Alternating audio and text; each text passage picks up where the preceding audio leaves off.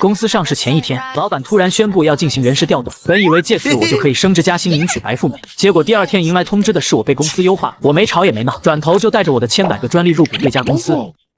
事情回到3天前，我坐在会议室一隅，等着吴纠宣布公司上市的喜讯，空气中弥漫着兴奋，每个人都计算着即将到手的财富。作为公司的技术核心和最大贡献者，我本应是这场盛宴的主角之一。吴纠站在投影前，清了清嗓子：从今天起，王阳先生将担任公司的常务副总经理。我眉头微不可察的一动，脸色有些难看。王阳不是吴纠的姐夫吗？一个闲人，空降到了这个至关重要的位置。之前不是说好这个位置要给我吗？不待我开口，吴纠轻描淡写补充了一句话：公司即将上市，人事需要变动下，尤其是个别同事需要进行优化。虽然没有点名，但所有人都心知肚明，这个个别同事指的就是我。随后我平静起身，收起桌上的笔记本，周围瞬间投来无数复杂的目光，有同情，有幸灾乐祸，更多的则是冷漠。不等我走出会议室，吴纠就追了出来，拦住了我的去路。十三，这次的人事调动我实在是迫不得已，家里那边施压，非要让我姐夫过来当副总。你也知道，我这个人就是比较听我姐的话。我按耐着性子，沉声问：副总这个不过是个虚名，我不在意，但是我的股份，你总要和我算清楚的吧？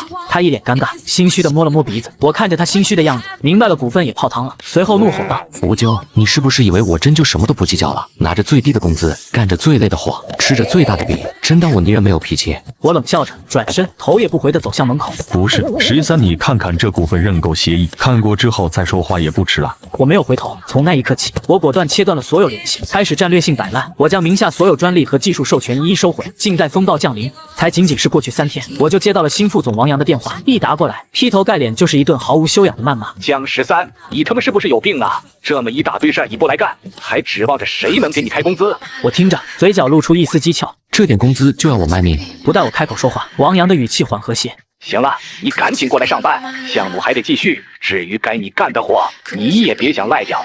呵呵，不怕人蠢，就怕人蠢还不自知。公司裁员裁的第一个人就是我凭什么还要管你们的死活？我毫不客气地挂断了电话。很快，吴纠的电话也打了过来，我冷笑了一声，随后接通。13，你先来公司一趟，这最后还有一点事情要交接，等交接完了，你想离职都没人拦着你。交接个屁！所有的东西都已经整理好了，就等着和 P 集团签约了。现在说这话，无非就是签约出了问题。不过我还是回了公司，主要是想看个热闹。此时会议室气氛凝重 ，P 集团的杨总一把将文件甩到了王阳的脸上。都他妈什么狗屁东西！说好的专利1个2个全不能用，我凭什么和你们合作？一瞬间，所有人都垂下了头，生怕成为替罪羊。吴纠头疼的揉眉心，看到我进来，他的眼神瞬间亮了，仿佛是找到了救命草。这事王阳不太清楚，江13来了，你和13谈就行。我笑了笑，直白开口：别闹，我都已经被辞退了，这事儿可和我没有关系。杨总一瞬间脸色变得阴沉，看着众人冷冷的开口了：行了，你们公司内部的事情我不了解，我也不想去考虑，给你们1周时间，我只要见到一个完整的方案就是了。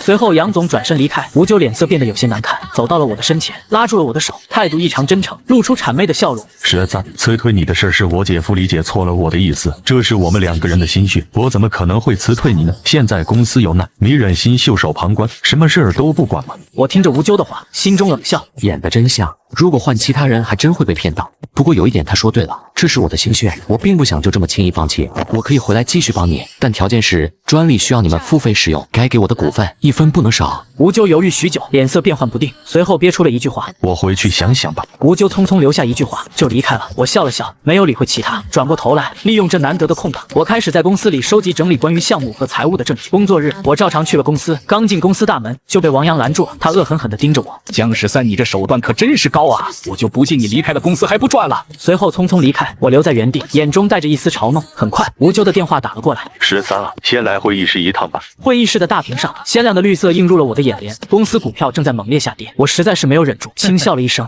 所有人都将目光落在了我的身上，吴纠急忙拉着我上座：13，你快过来看看，我们的股票下跌的未免有点太厉害了吧？这是怎么回事啊？我该怎么解决眼前的麻烦？他揉了揉眉心，表情焦急。我现在已经不是公司的人，让我分析，凭什么？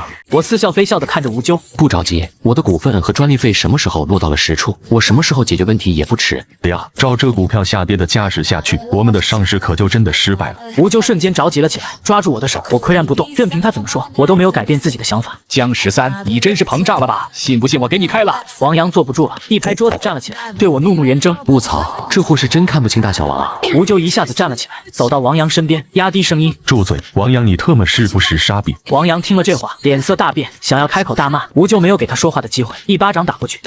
卧槽，这哥们说动手是真动手啊！众人震惊看着两人，王阳捂着脸，脸上的怒意都没有来得及收敛。吴咎，你很好，你们厉害，我倒是要看看没有了我，你们这公司怎么运行下去。王阳被他呵斥的脸色铁青，冷哼一声，转身离开。直到这个时候，吴咎才匆匆忙忙将已经拟定好的合同拿了出来。13，你看看这么分配，你能不能接受？我仔细看了一份合同，股份分配没有问题，只是在看到专利费的打款时间时，我皱了皱眉。吴咎，你这事儿干得不厚道啊！我可是没听过先使用专利后3个月打款，而且之前能免费给公司用这么长时间，是看在朋友情分，现在还想白嫖。他脸色一变，顿时将我手中的合同抢了过去，匆忙检查一眼，赶忙陪笑。抱歉，这实在是有些着急，拿错了，这是之前作废的初稿。吴咎，我总算是看清你了，同窗多年，没想到看走眼了。这份合同我不会签，除非你想好了怎么弄再来找我。最后他没有放弃，他接二连三的过来游说我，甚至一度将股份增加。他太热衷于要我签下专利的文件，让我嗅到了陷阱的味道。在最后签合同的时候，我特意找了律师作为见证人，并全程录音录像，直到距离1周只剩下2天的时候，我才来到了公司。不过一进门，快递员就送来了一张法院传票，我懵了，刚准备打开，就看到了对我怒目圆睁的吴咎。你来的正好，我这儿莫名其妙来了一张传票。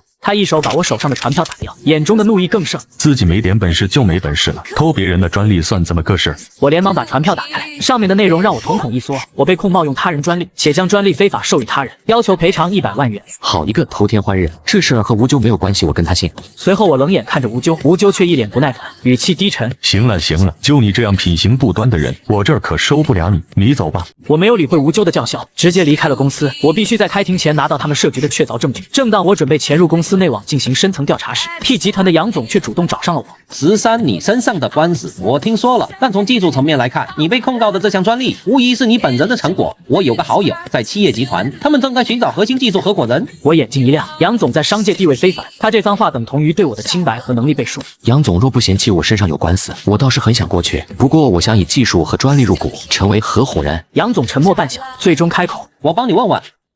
在企业集团顶层会客区，我坐在沙发上喝着咖啡，等着杨总的商谈结果。很快，杨总满脸春风从总裁办公室走出来，随后把一个牛皮纸袋推到了茶几中央。江13，效率是伤人，是生命。杨总随即在沙发落座，声音不高不低，却带着不容置疑的语气。我已经和企业的董事会谈妥了，你提出的条件，技术与专利入股，直接成为企业集团的核心技术合伙人，他们接受了。我的目光掠过牛皮纸袋，没有立即去拿，而是抬眼直视杨总。杨总，你大费周章的牵线，不只是看好我的技术吧？金科公司让 P 集团吃了亏，而我是您手上最锋利的一把刀。杨总哈哈一笑，目光充满了赞赏。你很坦诚，江13，不错，我不喜欢被人糊弄。吴咎和王阳的格局太小，不配拥有你的技术，而你值得更高的舞台。企业集团将提供所有法律资源为你打官司，作为回报，你的专利技术将优先为企业集团及其关联企业服务5年。我没有打开文件袋，语气平淡。我接受。杨总满意地点了点头，身体微微前倾，语气变得更加低沉。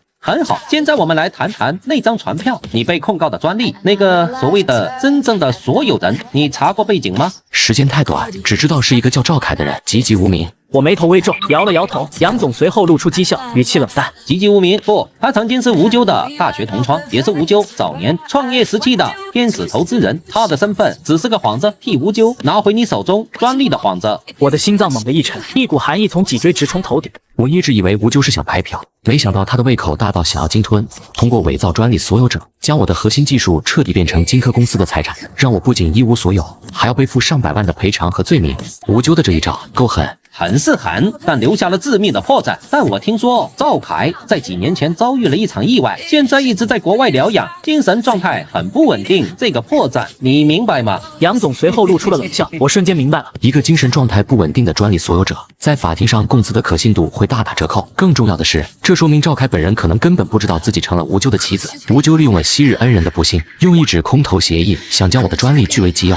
不错，江13，你说的对。你现在知道你需要什么吗？杨总露出一个满意的微笑，目光注视着我。我面无表情，语气平淡但沉稳有力。杨总，我需要赵凯先生最新的医疗记录副本，以及他从入院至今所有与吴咎先生的通讯、金钱往来和法律文件签署记录，越详细越好。我已经让人准备了，明天早上企业集团法务部会把所有材料送到你手上。我们要的不是赢得官司，而是让吴咎的公司因这一次欺诈行为彻底崩塌。杨总手指轻敲茶几边缘，节奏缓慢而有力。这件专利是金科公司的核心，吴咎拿到它就能再次融资，坐稳上市。一旦证明这是欺诈性诉讼，金科的市值会瞬间蒸发，T集团也会立马撤资。随即我接过话头，冷笑道：“撤资只是第一步，杨总，吴咎和王阳不仅仅是利用职务之便窃取我的技术，我手上有他们挪用公司资金和做假账的初步证据。如果我把这些证据交给检察机关，你手里还有底牌？”我只是微微一笑，没有正面回答，只是轻描淡写的将牛皮纸袋收到身边。我从金科公司出来的时候，拿走的不仅仅是我的个人物品，吴咎的贪婪和王阳的愚蠢，为我留下了一条非常清晰的线索。与其让吴咎因为专利欺诈坐几年牢，不如让他因为经济犯罪彻底进去。杨总身体后靠，重新端起咖啡，脸上是压抑不住的兴奋。姜13，我果然没有看错人，你不仅仅是位技术天才，更是个商业好手。我随即站起身子，看着杨总的眼睛。吴咎以为他拿到了一张无懈可击的王牌，殊不知他只是给我递上了一把亲手复仇的刀柄。我不仅要拿回我的技术，我还要让他为他所有的背叛付出无法承受的代价。很快到了法庭开庭的日子，鉴于被告方七叶集团代理律师团提出原告方专利所有权转让文件存在重大疑点，本庭同意将该关键证据提请交叉质证。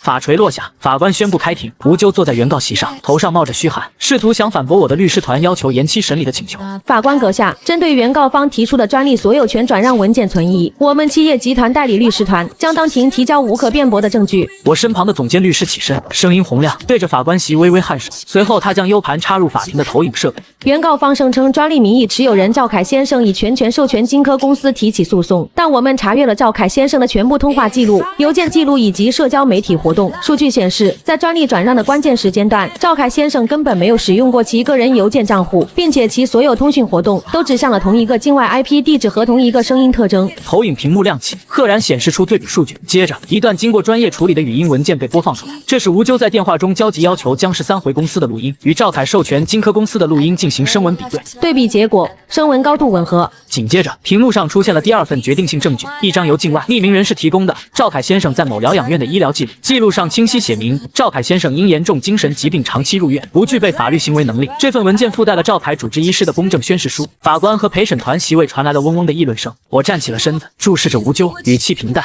法官阁下，这足以证明原告方吴咎先生为了窃取我的核心技术，伪造了关键专利转让文件，利用患有精神疾病的就有冒名顶替专利所有人，对我曾经的合伙人进行恶意诉讼和商业欺诈。”吴咎彻底慌了，他猛地站起来，试图辩解：“这是伪造，这些证据都是……”闭嘴！原告方，请注意你的言行。法官的声音带着不满，随即敲了几下板锤，示意安静。此时，坐在吴咎旁边的王阳，脸上的狂妄早已被惊恐取代，开始本能的后退，想要与吴咎拉开距离。我随后冷冷地看着王阳，扔出了第二枚重磅炸弹。这是伪造，这些证据都是。王阳先生，您不必急着撇清关系。我们除了掌握吴咎先生欺诈诉讼的证据外，还掌握了金科公司在过去3年内由吴咎和王阳2位直接操作的多笔财务黑幕，包括利用海外空客公司挪用资金和做假账的全部电子记录。我的律师团总监将另一个 U 盘郑重地递交给法庭书记员。法官阁下，这份证据链不仅证明吴咎先生涉嫌刑事犯罪，也证明王阳先生深度参与其中。王阳的嘴唇颤抖，他想开口辩解，却发现喉咙里干涩的发不出任何声音。法官和陪审团经过短暂而严肃的商议，法官最终敲响了法锤，声音在寂静中回荡，宣告了最终裁决。鉴于原告方金科公司及其代理人吴咎在庭审中被证明恶意伪造法律文件，涉嫌欺诈和诽谤，严重违背商业道德及法律程序，本庭判决原告金科公司对姜13的全部诉讼请求驳回。同时，本庭将对吴咎先生的欺诈行为和伪造证据行为，以及附带的涉嫌经济犯罪的证据，依法移交检察机关进行刑事立案调查。法锤的第3声响彻整个法庭，吴咎像被抽走了所有力气，身体猛地瘫软在了座椅上，面如死灰，眼中充满了怨毒、绝望和悔恨。随后不久，吴咎因商业欺诈罪、伪造证据罪和挪用公款罪数罪并罚，被判处有期徒刑15年。王阳在吴咎被捕后第一时间试图潜逃，但在机场被警方拦截，也被公司内部的财务黑幕牵连。金科公司股价雪崩 ，T 集团宣布撤资并终止所有合作。曾经风光无限的上市新星在不到1周的时间内轰然倒塌，被七叶集团以极低的价格全盘收购。我的核心专利正式回归，并成为了七叶集团的核心资产，而我正是以核心技术合伙人的身份入股七叶集团，并获得了公司最高级别的 S 级技术决策权。我不再是一个被压榨的打工者，而是七叶这艘商业巨舰上不可或缺的掌舵者之一。我如今拥有独立的研发部门、无限的资金支持，以及比过去强大100倍的法律和商业保障。